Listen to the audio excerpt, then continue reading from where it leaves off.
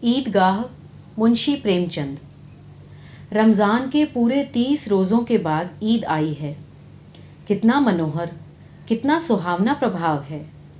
वृक्षों पर अजीब हरियाली है, खेतों में कुछ अजीब रौनक है और आसमान पर कुछ अजीब लालिमा है। आज का सूर्य देखो, कितना प्यारा, कितना शीतल है, यानी संसार को ईद की बधाई दे रहा है। गांव में कितनी हलचल है, ईदगाह जाने की तैयारियां हो रही हैं। किसी के कुर्ते में बटन नहीं है तो पड़ोस के घर में सुई धागा लेने दौड़ा जा रहा है। किसी के जूते कड़े हो गए हैं तो उनमें तेल डालने के लिए तेली के घर पर भागा जाता है। जल्दी जल्दी बैलों को सानी पानी दे दें, ईदगाह से लौटते लौटते दोपहर हो जाएगी। 3 कोस का पैदल रास्ता, फिर सैकड़ों आदमियों से मिलना भेंटना, दोपहर से पहले लौटना असंभव है। लड़के सबसे ज्यादा प्रसन्न हैं। किसी ने 1 रोजा रखा है, वो भी दोपहर तक, किसी ने वो भी नहीं, लेकिन ईदगाह जाने की खुशी उनके हिस्से की चीज है। रोजे बड़े बूढ़ों के लिए होंगे, उनके लिए तो ईद है। रोज ईद का नाम रटते थे, आज वो आ गई। अब जल्दी पड़ी है कि लोग ईदगाह क्यों नहीं चलते। इन्हें गृहस्थी चिंताओं से क्या प्रयोजन। सेवैयों के लिए दूध और शक्कर घर में है या नहीं, इनकी बला से। ये तो सेवैयां खाएंगे। वो क्या जाने कि अब्बा जान क्यों बदहवास चौधरी कायम अली के घर दौड़े जा रहे हैं। उन्हें क्या खबर कि चौधरी आंखें बदल लें तो ये सारी ईद मुहर्रम हो जाए। उनकी अपनी जेबों में तो कुबेर का धन भरा हुआ है। बार बार जेब से अपना खजाना निकाल कर गिनते हैं और खुश होकर फिर रख लेते हैं। महमूद गिनता है 1, 2, 10, 12। उसके पास 12 पैसे हैं। मोहसिन के पास 1, 2, 3, 8, 9, 15 पैसे हैं। इन्हीं अनगिनत पैसों में अनगिनत चीजें लाएंगे, खिलौने, मिठाइयाँ, बिगुल, गेंद और जाने क्या क्या। सबसे ज्यादा प्रसन्न है हामिद। वो 4-5 साल का गरीब सूरत दुबला पतला लड़का, जिसका बाप गत वर्ष हैजे की भेंट हो गया और माँ न जाने क्यों पीली होती होती एक दिन मर गई। किसी को पता ही न चला कि क्या बीमारी है। कहती तो सुनने वाला भी कौन था। दिल पर जो कुछ बीतती थी वो दिल ही में सहती थी और जब सहा न गया तो संसार से विदा हो गई। अब हामिद अपनी बूढ़ी दादी अमीना की गोद में सोता है और उतना ही प्रसन्न है। उसे लगता है उसके अब्बा जान रुपए कमाने गए हैं, बहुत सी थैलियां लेकर आएंगे। अम्मी जान अल्लाह मियाँ के घर उसके लिए बड़ी अच्छी अच्छी चीजें लाने गई हैं, इसलिए हामिद प्रसन्न है। आशा तो बड़ी चीज है, और फिर बच्चों की आशा, उनकी कल्पना तो राई का पर्वत बना लेती है। हामिद के पैर में जूते नहीं हैं, सिर पर एक पुरानी धुरानी सी टोपी है जिसका गोटा काला पड़ गया है, फिर भी वो प्रसन्न है। जब उसके अब्बा जान थैलियां और अम्मी जान नियामतें लेकर आएंगी तो वो दिल के सारे अरमान निकाल लेगा। तब देखेगा मोहसिन, नूरे और सिम्मी कहाँ से उतने पैसे निकालेंगे। अभागिन अमीना अपनी कोठरी में बैठी रो रही है। आज ईद का दिन और उसके घर में दाना नहीं।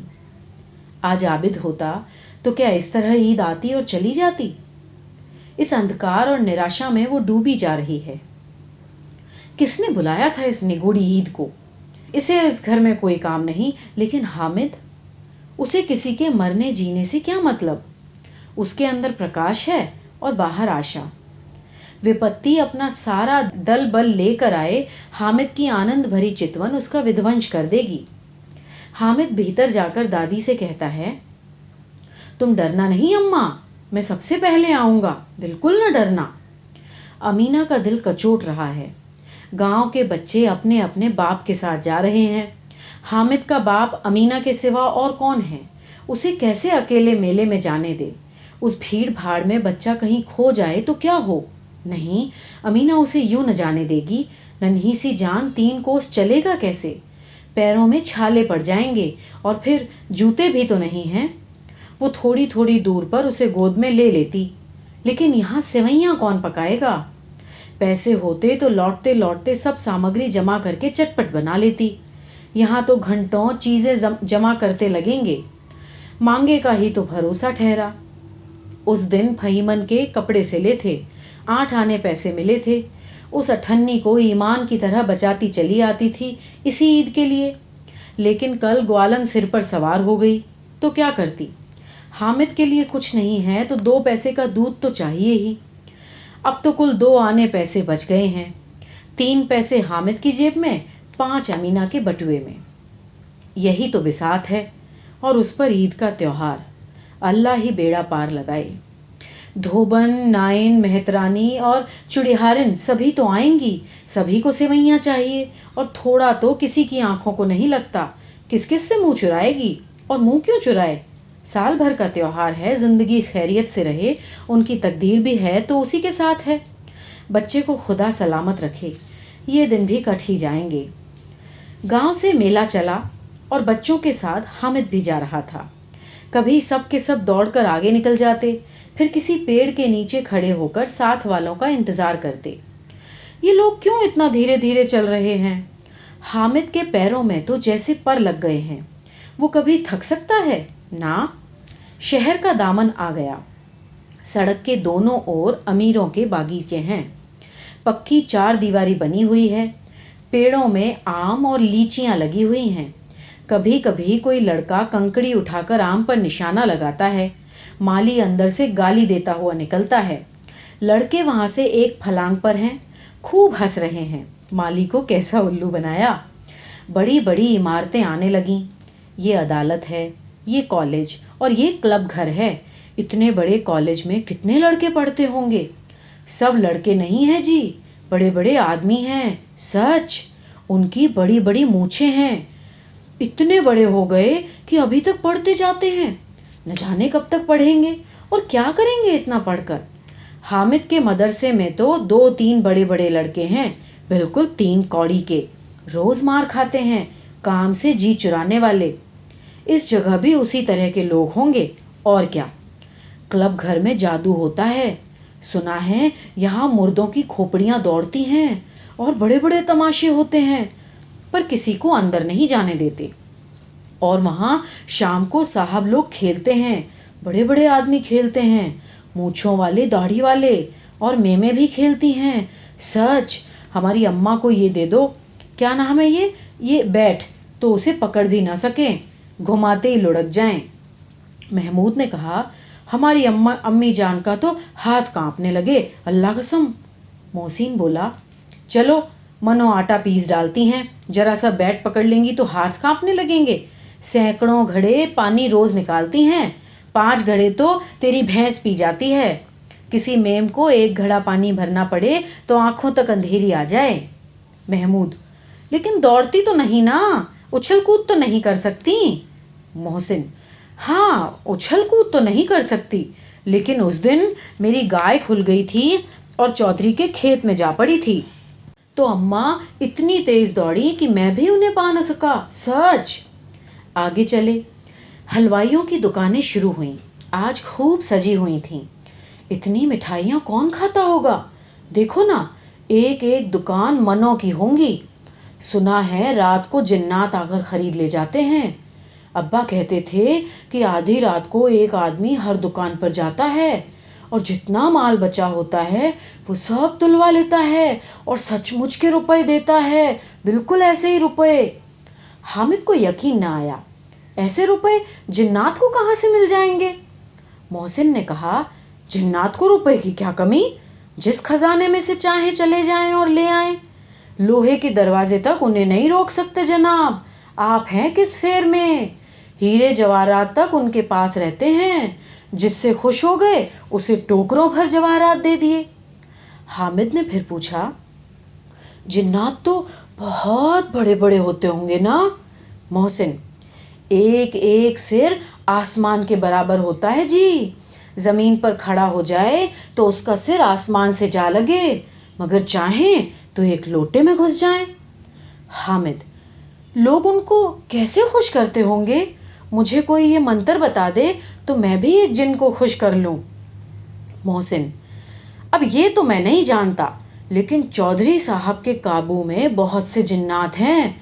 कोई चीज चोरी जाए, चौधरी साहब उसका पता लगा देंगे और चोर का नाम भी बता देंगे। जुमराती का बछवा उस दिन खो गया था, 3 दिन हैरान हुए, कहीं न मिला। तब झक मारकर चौधरी के पास गए। चौधरी ने तुरंत बता दिया कि मवेशी खाने में है, और वहीं मिला। जिन्नात आकर उन्हें सारे जहान की खबर दे जाते हैं, पता है। अब उसकी समझ में आ गया कि चौधरी के पास इतना धन क्यों है और क्यों उसका इतना सम्मान है। आगे चले। ये पुलिस लाइन है। यहाँ सब कांस्टेबल कवायद करते हैं, रिटर्न 5-4। रात को बेचारे घूम घूम कर पहरा देते हैं, नहीं चोरियां ना हो जाए।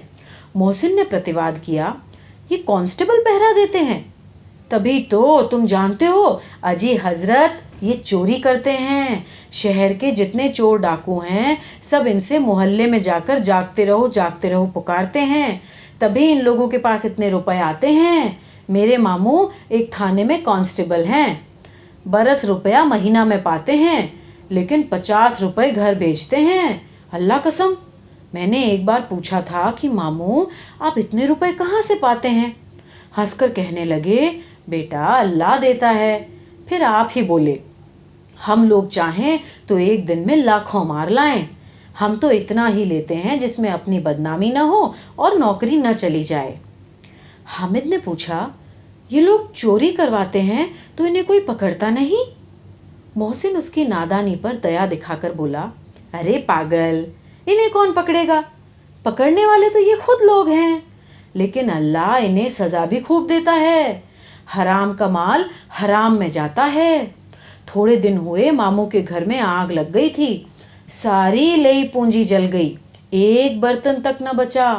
कई दिन पेड़ के नीचे सोए, अल्लाह कसम पेड़ के नीचे। फिर न जाने कहां से 100 कर्ज लाए तो बर्तन भांडे आए। हामिद, 100 तो 50 से भी ज्यादा होते हैं ना? कहाँ 50 और कहाँ 100। 50 एक थैली भर होता है, 100 तो 2 थैलियों में भी ना आए। अब बस्ती घनी होने लगी। ईदगाह जाने वालों की टोलियां नजर आने लगी, एक से एक भड़कीले वस्त्र पहने हुए। कोई इक्के तांगे पर सवार तो कोई मोटर पर, सभी इत्र में बसे हुए और सभी के दिलों में उमंग। ग्रामीणों का ये छोटा सा दल अपनी विपन्नता से बेखबर, संतोष और धैर्य में मगन चला जा रहा था। बच्चों के लिए नगर की सभी चीजें अनोखी थीं। जिस चीज की ओर ताकते ताकते ही रह जाते और पीछे से हॉर्न की आवाज होने पर भी न चेतते। हामिद तो मोटर के नीचे जाते जाते बचा। सहसा ईदगाह नजर आई। ऊपर इमली के घने वृक्षों की छाया है, नीचे पक्का फर्श है जिस पर जाजम बिछा हुआ है, और रोजेदारों की पंक्तियां एक के पीछे एक न जाने कहां तक चली गई हैं, पक्की जगत के नीचे तक, जहां जाजम भी नहीं है। नए आने वाले आकर पीछे की कतार में खड़े हो जाते हैं, आगे जगह ही नहीं है। यहाँ पर कोई भी धन और पद नहीं देखता। इस्लाम की निगाह में सब बराबर है। इन ग्रामीणों ने भी वुजू किया और पिछली पंक्ति में खड़े हो गए। कितना सुंदर संचालन है, कितनी सुंदर व्यवस्था। लाखों सर एक साथ सजदे में झुक जाते हैं और फिर सब के सब एक साथ खड़े हो जाते हैं। एक साथ झुकते हैं और एक साथ खड़े हो जाते हैं, एक साथ खड़े हो जाते हैं और एक साथ झुक जाते हैं। कई बार यही क्रिया होती है, जैसे बिजली की लाखों बत्तियां एक साथ जलें और एक साथ बुझ जाएं, तो यही क्रम चलता रहे। कितना अपूर्व दृश्य था, जिसकी सामूहिक क्रियाएं, विस्तार और अनंतता हृदय को श्रद्धा, गर्व और आत्म आनंद से भर देती थीं। मानो भ्रातृत्व का एक सूत्र इन समस्त आत्माओं को एक लड़ी में पिरोए हुए हैं। नमाज खत्म हो गई, लोग आपस में गले मिल रहे हैं। तब मिठाई और खिलौने की दुकान पर धावा होता है। ग्रामीणों का ये दल इस विषय में बालकों से कम उत्साही नहीं है। ये देखो, हिंडोला है, 1 पैसा देकर चढ़ जाओ। कभी आसमान पर जाते हुए मालूम होंगे तो कभी जमीन पर गिरते हुए। ये चरखी है, लकड़ी के हाथी, घोड़े, ऊंट छड़ों में लटके हुए हैं। 1 पैसा देकर बैठ जाओ और 25 चक्करों का मजा लो। महमूद और मोहसिन, नूरे और सम्मी इन घोड़े और ऊंटों पर बैठते हैं। हामिद दूर खड़ा है, 3 ही तो पैसे हैं उसके पास।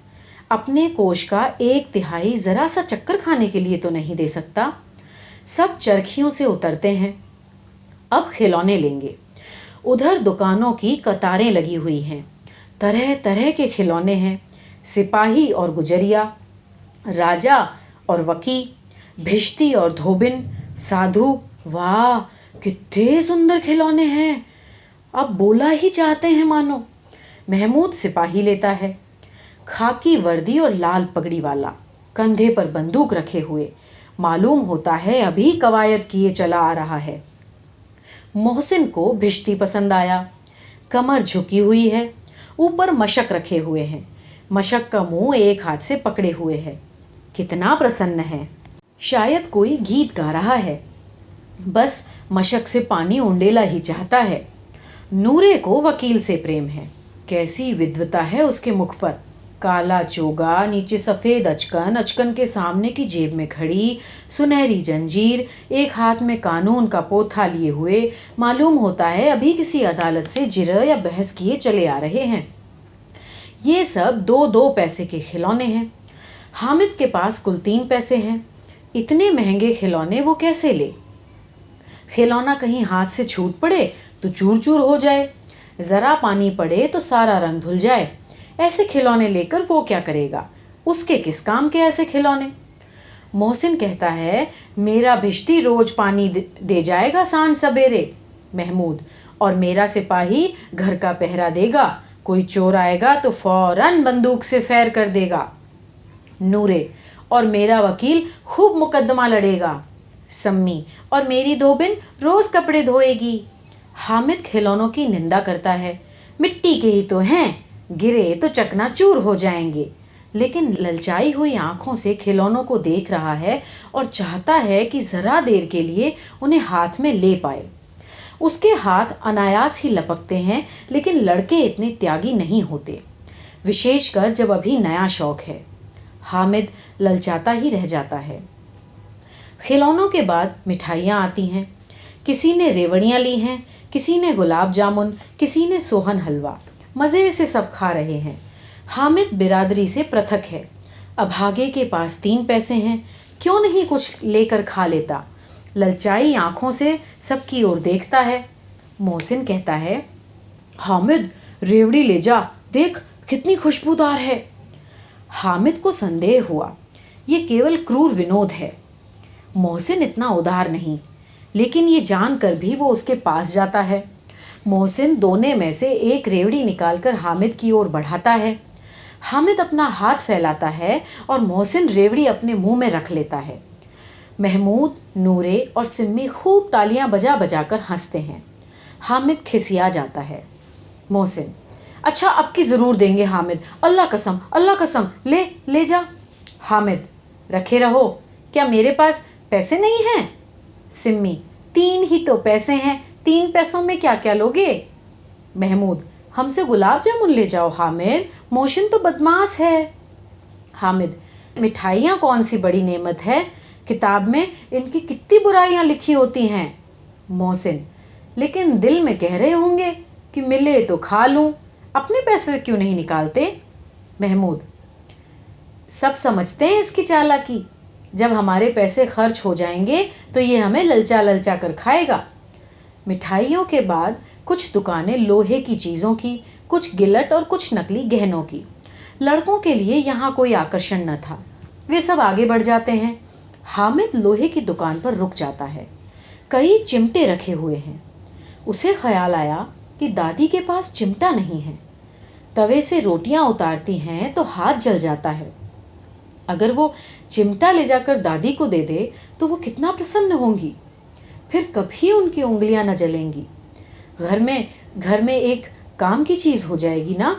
खिलौनों से क्या फायदा, व्यर्थ में पैसे खराब होते हैं। जरा देर ही तो खुशी मिलती है, फिर तो खिलौनों को कोई आंख उठाकर भी नहीं देखता। ये तो घर पहुंचते पहुंचते टूट फूट कर बराबर हो जाएंगे। पर चिमटा कितने काम की चीज है। रोटियां तवे से उतार लो, चूल्हे में सेक लो, कोई आग मांगने आया हो तो चटपट चूल्हे से आग निकाल कर उसे दे दो। अम्मा बेचारी को कहाँ फुर्सत है कि बाजार जाए, और इतने पैसे ही कहाँ मिलते हैं उसे, रोज हाथ जला लेती है। हामिद के साथी आगे बढ़ गए हैं। सबील पर सब के सब शरबत पी रहे हैं। देखो सब कितने लालची हैं। इतनी मिठाइयाँ ली, मुझे किसी ने एक भी न दी। उस पर कहते हैं मेरे साथ खेलो, मेरा ये काम करो। अब अगर किसी ने कोई काम करने को कहा तो पूछूंगा, खाए मिठाइयाँ? आप मुंह सड़ेगा, फोड़े फुंसियाँ निकलेंगी, आप ही जबान चटोरी होगी। तब घर से पैसे चुराएंगे और मार खाएंगे। किताबों में कोई झूठी बातें थोड़ी लिखी होती हैं। मेरी जुबान क्यों खराब होगी? अम्मा चिमटा देखते ही दौड़कर मेरे हाथ से ले लेंगी और कहेंगी, मेरा बच्चा अम्मा के लिए चिमटा लाया है, कितना अच्छा लड़का है। इन लोगों के खिलौनों पर इन्हें कौन दुआएं देगा? बड़ों की दुआएं सीधे अल्लाह के दरबार में पहुंचती हैं और तुरंत सुनी जाती हैं। मैं भी इनके मिजाज क्यों सहूं? मैं गरीब सही, किसी से कुछ मांगने तो नहीं जाता। आखिर अब्बा जान भी तो कभी न कभी आएंगे, अम्मी भी आएंगी। फिर इन लोगों से पूछूंगा, कितने खिलौने लोगे? एक एक को टोकरियां भर भर खिलौने दूंगा और दिखा दूंगा कि दोस्तों के साथ ऐसा सलूक किया जाता है। ये नहीं कि एक पैसे की रेवड़ियां ली तो चिढ़ा चिढ़ा कर खाने लगे। सब के सब हंसेंगे कि हामिद ने चिमटा लिया है। हंसे मेरी बला से। उसने दुकानदार से पूछा, ये चिमटा कितने का है? दुकानदार ने उसकी ओर देखा और कोई आदमी साथ न देकर कहा, तुम्हारे काम का नहीं है जी, आगे बढ़ो। बिकाऊ है कि नहीं? बिकाऊ क्यों नहीं है? और यहाँ क्यों लाद लाए हैं? तो बताते क्यों नहीं, कै पैसे का है? 6 पैसे लगेंगे। हामिद का दिल बैठ गया। ठीक ठीक 5 पैसे लगेंगे, लेना हो लो, नहीं चलते बनो। हामिद ने कलेजा मजबूत करके कहा, 3 पैसे लोगे? ये कहता हुआ आगे बढ़ गया कि दुकानदार की घुड़कियां न सुने। लेकिन दुकानदार ने घुड़कियां नहीं दी, बुलाकर चिमटा दे दिया। हामिद ने उसे इस तरह कंधे पर रखा मानो बंदूक है और शान से अकड़ता हुआ अपने दोस्तों के पास आया। जरा सुने सब के सब क्या आलोचनाएं करते हैं। मोहसिन ने हंसकर कहा, अरे पगले, चिमटा क्यों लाया? इसका क्या करेगा? हामिद ने चिमटे को जमीन पर पटक कर कहा, जरा अपना भिश्ती जमीन पर गिरा दो, सारी पसलियां चूर चूर हो जाएंगी। महमूद बोला, तो ये चिमटा कोई खिलौना है क्या? हामिद, खिलौना क्यों नहीं है? अभी कंधे पे रखा तो बंदूक हो गई, हाथ में लिया फकीरों का चिमटा हो गया। चाहूं तो इससे मजीरे का काम ले सकता हूं। एक चिमटा जमा दूं तो तुम्हारे सारे खिलौनों की जान निकल जाएगी। तुम्हारे खिलौने कितना ही जोर लगा दें, मेरे चिमटे का बाल बांका नहीं कर सकते। मेरा बहादुर शेर है चिमटा। सम्मी ने खंजरी ली थी, प्रभावित होकर बोला, मेरी खंजरी से बदलोगे? 2 आने की है। हामिद ने खंजरी की ओर उपेक्षा से देखा और बोला, मेरा चिमटा चाहे तो तुम्हारी खंजरी का पेट फाड़ डाले। बस एक चमड़े की झिल्ली लगा दी और ढब ढब बोलने लगी। जरा सा पानी लग जाए तो खत्म हो जाए। मेरा बहादुर चिमटा आग में, पानी में, आंधी में, तूफान में बराबर डटा खड़ा रहेगा। चिमटे ने सभी को मोहित कर लिया। अब पैसे किसके पास धरे थे? फिर मेले से दूर भी निकल आए थे। 9 कब बज गए, धूप तेज हो रही थी, घर पहुंचने की जल्दी हो रही थी। बाप से जिद भी करें तो भी अब चिमटा नहीं मिल सकता। हामिद है बड़ा चालाक, इसीलिए बदमाश ने अपने पैसे बचा रखे थे। अब बालकों के 2 दल हो गए हैं। मोहसिन, महमूद, सिम्मी और नूरे एक तरफ है, हामिद अकेला दूसरी तरफ। शास्त्रार्थ हो रहा है। सिम्मी तो विधर्मी हो गया, दूसरे पक्ष से जा मिला। लेकिन मोहसिन, महमूद और नूरे भी हामिद से 1-1, 2-2 साल बड़े होने पर भी हामिद के आघातों से आतंकित हो उठे हैं। उसके पास न्याय का बल है और नीति की शक्ति। एक ओर मिट्टी है, दूसरी ओर लोहा, जो इस वक्त अपने को फौलाद कह रहा है। वो अजेय है और घातक भी। अगर कोई शेर आ जाए तो मियाँ भिश्ती के छक्के छूट जाएं।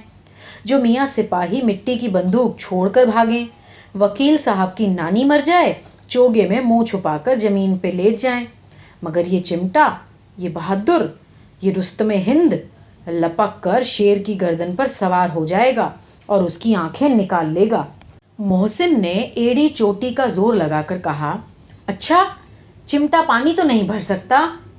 हामिद ने चिमटे को सीधा करके कहा, भिश्ती को एक डांट बताएगा तो दौड़ा हुआ भिश्ती पानी लाकर उसके द्वार पर छिड़कने लगेगा। मोहसिन परास्त हो गया, पर महमूद ने कुमुक पहुंचाई। अगर बच्चा पकड़ा जाए तो अदालत में बंधे बंधे फिरोगे, तब तो वकील साहब के पैरों पड़ोगे। हामिद इस प्रबल तर्क का जवाब न दे सका। उसने पूछा, हमें पकड़ने कौन आएगा? नूरे ने अकड़ कर कहा, ये सिपाही बंदूक वाला। हामिद ने मुंह चिढ़ाकर कहा, ये बेचारे हम बहादुर रुस्तमे हिंद को पकड़ेंगे। अच्छा लाओ, अभी जरा कुश्ती हो जाए, इसकी सूरत देखकर दूर से भागेंगे, पकड़ेंगे क्या बेचारे। मोहसिन को एक नई चोट सूझ गई। मोहसिन बोला, तुम्हारे चिमटे का मुंह रोज आग में जलेगा। उसने समझा था कि हामिद लाजवाब हो जाएगा, लेकिन ये बात न हुई। हामिद ने तुरंत जवाब दिया, आग में बहादुर ही कूदते हैं जनाब। तुम्हारा ये वकील, सिपाही और ये भिश्ते लौंडियों की तरह घर में घुस जाएंगे। आग में वो काम है जो ये रुस्तमे हिंद ही कर सकता है। महमूद ने एक और जोर लगाया, वकील साहब तो कुर्सी मेज पर बैठेंगे, तुम्हारा चिमटा वो तो बावर्ची खाने में जमीन पर पड़ा रहने के सिवा और क्या करेगा। इस तर्क ने सिम्मी और नूरे को भी सजी कर दिया। कितने ठिकाने की बात कही है पट्टे ने, बावर्ची खाने में पड़ा रहने के सिवाय और कर भी क्या सकता है। हामिद को कोई फड़कता हुआ जवाब न सूझा तो उसने धांधली शुरू की, मेरा चिमटा बावर्ची खाने में नहीं रहेगा। वकील साहब कुर्सी पर बैठेंगे तो वो जाकर उन्हें जमीन पर पटक देगा और उनका कानून उनके पेट में डाल देगा। बात कुछ बनी नहीं। बात गाली गलौज की थी, लेकिन कानून को पेट में डालने वाली बात छा गई। ऐसी छा गई कि तीनों सूरमा मुंह ताकते रह गए, मानो कोई धेलचा कनकौआ किसी गंडे वाले कनकौए को काट गया हो। कानून मुंह से बाहर निकलने वाली चीज है, उसको पेट के अंदर डाल दिया जाना बेतुकी सी बात होने पर भी कुछ नयापन रखती है। हामिद ने मैदान मार लिया। उसका चिमटा रुस्तमे हिंद है। अब इसमें मोहसिन, महमूद, नूरे, सिम्मी किसी को भी आपत्ति नहीं हो सकती। विजेता को हारने वालों से जो सत्कार मिलना स्वाभाविक है, वो हामिद को भी मिला। औरों ने 3-3, 4-4 आने पैसे खर्च किए, पर कोई काम की चीज न ले सके। हामिद ने 3 पैसे में रंग जमा लिया। सच ही तो है, खिलौनों का क्या भरोसा, टूट फूट जाएंगे। हामिद का चिमटा तो बना रहेगा बरसों। संधि की शर्तें तय होने लगी। मोहसिन ने कहा, जरा अपना चिमटा तो दो, हम भी देखें। तुम हमारा भिश्ती लेकर देख लो। महमूद और नूरे ने भी अपने अपने खिलौने पेश किए। हामिद को इन शर्तों को मानने में कोई आपत्ति न थी। चिमटा बारी बारी से सबके हाथ में गया और उनके खिलौने बारी बारी से हामिद के हाथ में आए। कितने खूबसूरत खिलौने हैं। हामिद ने हारने वालों के आंसू पोंछे। मैं तुम्हें चिढ़ा रहा था, सच। ये चिमटा भला इन खिलौनों की क्या बराबर करेगा। मालूम होता है कि अब बोले। लेकिन मोहसिन की पार्टी को इस दिलासे से संतोष नहीं होता। चिमटे का सिलका खूब बैठ गया है। चिपटा हुआ टिकट अब पानी से नहीं छूट रहा। मोहसिन, लेकिन इन खिलौनों के लिए कोई हमें दुआ तो न देगा। महमूद, दुआ के लिए फिरते हो, उल्टे मार न पड़े। अम्मा जरूर कहेंगी, मेले में यही मिट्टी के खिलौने मिले। हामिद को स्वीकार करना पड़ा कि खिलौनों को देखकर किसी की भी माँ इतना खुश न होंगी जितना कि दादी चिमटे को देखकर खुश होंगी। 3 पैसों ही में तो उसे सब कुछ करना था और उन पैसों के इस उपयोग पर पछतावे की बिल्कुल जरूरत न थी। फिर अब तो चिमटा रुस्तमे हिंद है और उन सभी खिलौनों का बादशाह। रास्ते में महमूद को भूख लगी। उसके बाप ने केले खाने को दिए। महमूद ने केवल हामिद को अपना साझी बनाया। उसके अन्य मित्र मुंह ताकते रह गए। ये उस चिमटे का प्रसाद था। 11 बजे गांव में हलचल मच गई। मेले वाले आ गए। मोहसिन की छोटी बहन दौड़कर भिश्ती उसके हाथ से छीन लेती है और मारे खुशी के उछल पड़ी तो मियाँ भिश्ती नीचे आ रहे और सुरलोक सिधारे। इस पर भाई बहन में मारपीट हुई। दोनों खूब रोए और उसकी अम्मा ये शोर सुनकर बिगड़ी और दोनों को ऊपर से 2-2 चांटे और लगाए। मियाँ नूरे के वकील का अंत उसकी प्रतिष्ठानुकूल इससे ज्यादा गौरवमय हुआ। वकील जमीन पर या ताक पर तो बैठ नहीं सकता, उसकी मर्यादा का विचार तो करना ही होगा ना। दीवार में खूंटियां गाड़ी गई। उन पर लकड़ी का पटरा रखा गया। पटरे पर कागज का कालीन बिछाया गया। वकील साहब राजा भोज की भांति सिंहासन पर विराजे। नूरे ने उन्हें पंखा झालना शुरू किया। अदालतों में खर की टट्टियां और बिजली के पंखे होते हैं, क्या यहाँ मामूली पंखा भी न हो? कानून की गर्मी दिमाग पर न चढ़ जाएगी? बस बांस का पंखा आया और नूरे हवा करने लगे।